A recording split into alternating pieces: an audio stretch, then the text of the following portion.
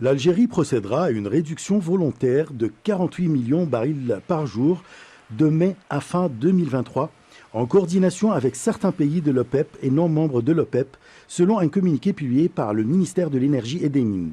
Cette réduction volontaire est une mesure préventive qui s'ajoute à la réduction de la production convenue lors de la 33e réunion ministérielle OPEP et non OPEP du 5 octobre 2022. L'Algérie a décidé aussi de réduire sa production.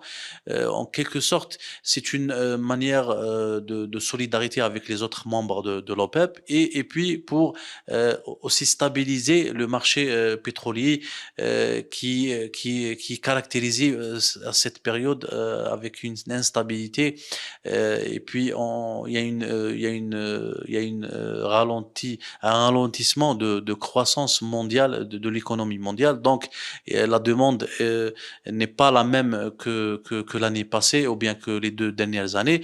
Donc il y a une prudence, il y a une sagesse dans le traitement de ce secteur de la part de ses producteurs. Cette décision surprise n'a pas été prise par l'Algérie toute seule, mais également par l'Arabie saoudite, le Koweït, Oman, l'Irak et les Émirats arabes unis. Ces 6 pays ont annoncé une réduction de la production de l'ordre d'1 million de barils par jour.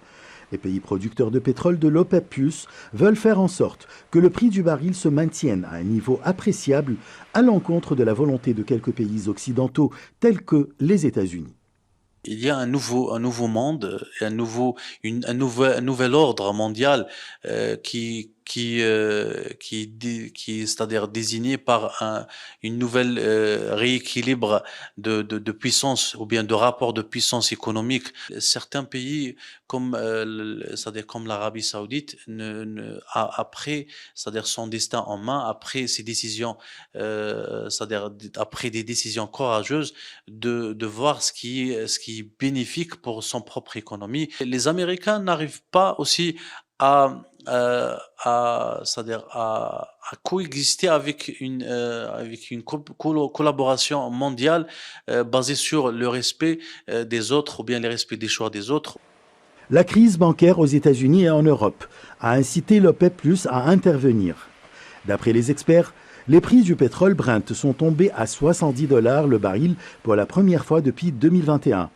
Ils estiment que ces événements ont suscité des inquiétudes quant à la stabilité du système bancaire occidental et la crainte d'une récession qui affecterait la demande de pétrole.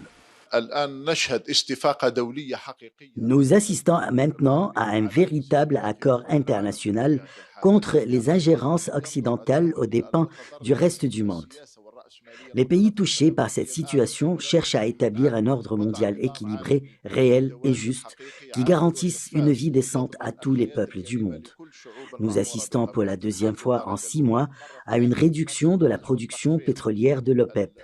C'est un message majeur des producteurs de pétrole que la légitimité revient maintenant au droit international et à l'action réelle, sans ingérence politique ou toute autre intervention idéologique.